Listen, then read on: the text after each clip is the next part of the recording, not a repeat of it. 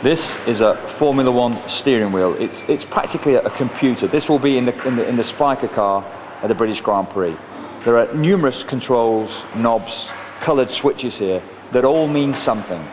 None of them mean anything to me, of course, but Mark Gray here is going to explain to us how this baby works in a Grand Prix. Mark, you're the expert.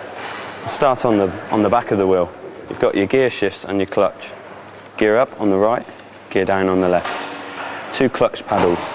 They both do the same thing, but they're on there because when the driver's coming through out of a garage or a tight corner that needs a clutch, he would release it and can't reach the other one, and vice versa. We should explain that for those who don't drive automatics, that the clutch is just by the brake on my car and the gear stick is way down there. On these babies it's right in the middle. On the steering wheel itself there's a neutral button and there's a pit limiter button.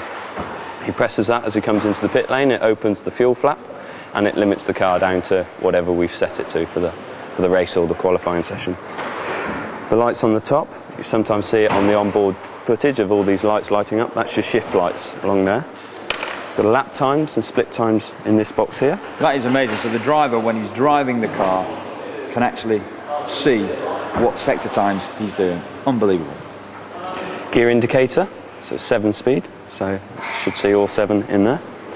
New feature for this year, every car has got them. These 3 here and these 3 here are marshal lights. So if there's a red flag, a blue flag or a yellow flag being waved at the car, they light up on here through a GPS system. If it's blue, they ignore them. Blue, of course, is telling you to get out of the way while the fast car comes by. That's right. Talk button is a radio button for us, so he can talk to us and we can talk to him. PC is a pit confirm button. We tell him he needs to come in for a pit stop. He presses that, it confirms he's understood, and it also gives us a countdown to when he's actually going to be in the pit box. Down here is a multimedia message board. If he makes a switch change or there's a problem with the car, it comes up on here. A little map in the middle. That's not so he gets lost. It's numbered sectors around the track. It's so that when he's talking to the engineers, they're both relating to the same part of the track at the same time. And you are going to change that to Silverstone? It will be. Because otherwise you'd be getting a bit confused. A tyre map changes from wets to slicks and intermediate tyres because the diameters are different. So the traction control needs to be calibrated for the certain diameter of the tyre. So if we're doing a pit stop from wets to dry, he presses that and changes it, and it changes all the traction control settings and everything he needs to continue to drive that car safely. BO there is burnout.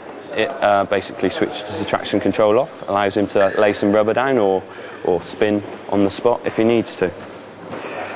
Reverse button at the bottom there. It's as on every car, it has to have a reverse. Safety car button. This one, when the safety car comes on track, he'll press that. It leans the engine off. It keeps everything a bit cooler because obviously the temperatures rise quite high.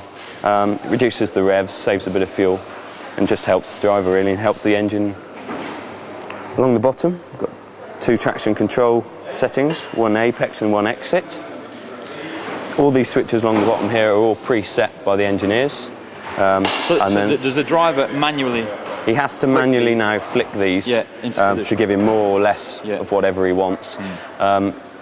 It's preset by the engineers, so they can change it as soon as the car comes in. A few years back, they used to have the live telemetry where we could actually change them from the garage whilst the car was on track. That's been banned now, and that's the reason why he's got so many switches on his dash, because he has to physically do it manually.